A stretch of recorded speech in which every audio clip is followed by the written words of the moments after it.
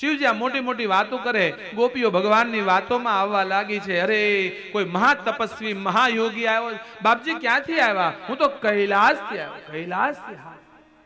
બાપજી કેમ આવ્યા? તારા ગોકુળમાં ગોકુળને પાવન કરવા. ધીમે ધીમે ગોપીઓનો ઘેરાવો થવા માંડ્યો. ગોપીઓ કે મહારાજ કાંઈ તમે દોરા ધાગા જાણો છો? કેમ? મહારાજ અમારે ત્યાં નંદ બાબાને ત્યાં 80 વર્ષે લાલાનો જન્મ થયો.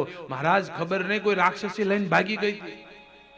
અમારા લાલાને કોઈની નજર લાગી. તમે કઈ નજર ઉતારવાનું જાણો છો?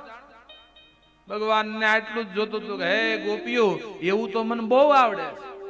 એમ કે હા, ક્યાં છે? કોને નજર લાગી? હાલો તમને લઈ જાય. અમારા નંદના લાલાને નજર લાગી. અને ગોપીઓ કહેવાય છે સાધુના રૂપમાં ભગવાન શિવને લઈ અને ગોકુળની અંદર નંદ ભવનમાં યશોદાને દ્વાર. યશોદા, એ યશોદા. ગોપી દોડીને યશોદા દોડીને આવી. હે ગોપી, હું આવી?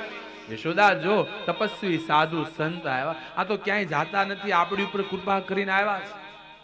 લાવ જલ્દી તારા લાલાને નજર લાગી ને કોઈની. આ બાપુ નજર ઉતારી દે, નજર ઉતારી દે.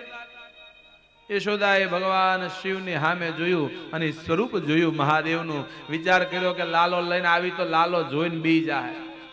ઓલી પૂતના આટલી બધી શૃંગાર કરીને આવી તો રાક્ષસી નીકળી. આ તો જોવામાં જ અઘોરી લાગે છે. લાંબી લાંબી જટા ને ગળામાં રુદ્રાક્ષ ને હાથમાં ખપ્પર ને એક હાથમાં ત્રિશૂળ કમંડળ ને. આ તો જોવામાં જ બિહામણો લાગે. મારો લાલો જોહે તો ડરી જશે. યશોદા કહેવાય છે લાલાને લાવવાની ના પાડે. ભગવાન શિવ આજે નંદ ભવનમાં યશોદાને દ્વાર ઉભા છે. ભગવાન શિવ જીદ કરે બાળકને બહાર લાવવા. યશોદાજી લાવવા તૈયાર નહીં. ગોપીઓ આગ્રહ કરે યશોદા લાવને એકવાર.